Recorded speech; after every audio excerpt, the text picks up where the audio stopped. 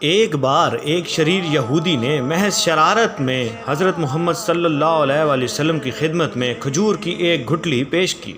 اور یہ شرط رکھتے ہوئے کہا کہ اگر آج آپ اس گٹھلی کو مٹی اور پانی کے نیچے دبا دیں اور کل یہ ایسا تناور کھجور کا درخت بن کر زمین پر لہلہانے لگے جس میں پھل یعنی کھجوریں بھی پیدا ہو جائیں تو میں آپ کی تعلیمات پر ایمان لے آؤں گا، یعنی گویا مسلمان ہو جاؤں گا۔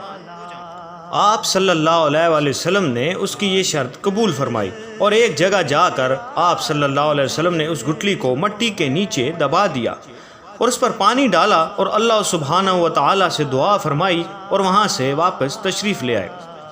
اس یہودی کو دنیاوی اصولوں کی کسوٹی پر کامل یقین تھا کہ ایک دن میں کسی طرح بھی کھجور کا درخت تیار نہیں ہو سکتا تھا، لیکن آپ صلی اللہ علیہ وآلہ وسلم کی ذات اقدس کی روحانیت اور آپ کا اعتماد اس کے دل میں کھٹک رہا تھا اور یہ خدشہ ضرور پیدا کر رہا تھا کہ کہیں کل ایسا ہی نہ ہو جائے کہ کھجور کا درخت بھی اگائے اور اسے ایمان لانا پڑ جائے۔ ویڈیو پر آگے بڑھنے سے پہلے ہمارے channel all in one Adnan کو سبسکرائب کر کے گھنٹی کے بٹن کو ضرور دبا دیں۔ لہٰذا اس نے اپنے وسوسے کو دور کرنے کے لیے پھر دنیاوی اصولوں کی مدد لی اور شام کو اس مقام پر جا کر جہاں کھجور کی گٹھلی آپ صلی اللہ علیہ وسلم نے بوئی تھی اس کو وہاں سے نکال لایا۔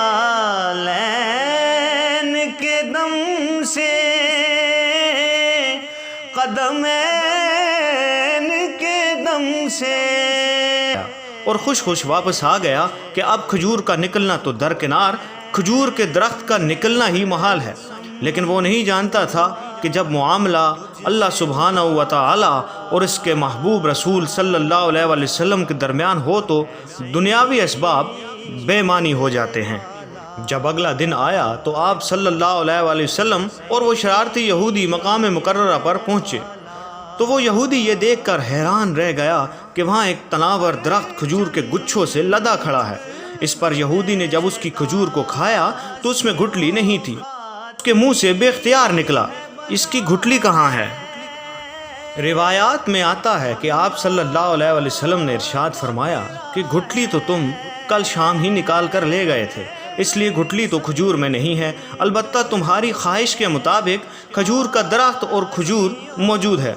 کہا جاتا ہے کہ وہ یہودی اللہ سبحانہ و تعالیٰ کے اذن سے اور رسول اللہ صلی اللہ علیہ وآلہ وسلم کے اس معجزے کو دیکھ کر ایمان لے آیا۔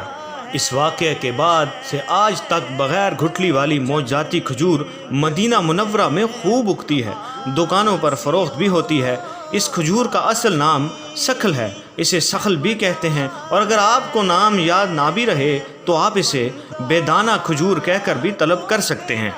ہو سکتا ہے کہ زیادہ علم رکھنے والے بالخصوص باٹنی کے ماہرین یہ بھی پوچھیں گے کہ جب بے دانہ کھجور میں دانہ ہی نہیں تو اس کی مزید کاشت 1400 سالوں سے کیسے ہو رہی ہے؟ تو بتانے والوں نے بتایا ہے کہ اس کے سوکھے پتے کھجور کے باغوں میں مٹی میں مدغم ہو کر نئے پودوں کی بنیاد بن جاتے ہیں۔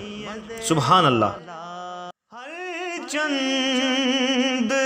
جنیدہ سیوں خاتی ہے بجا ہے بندہ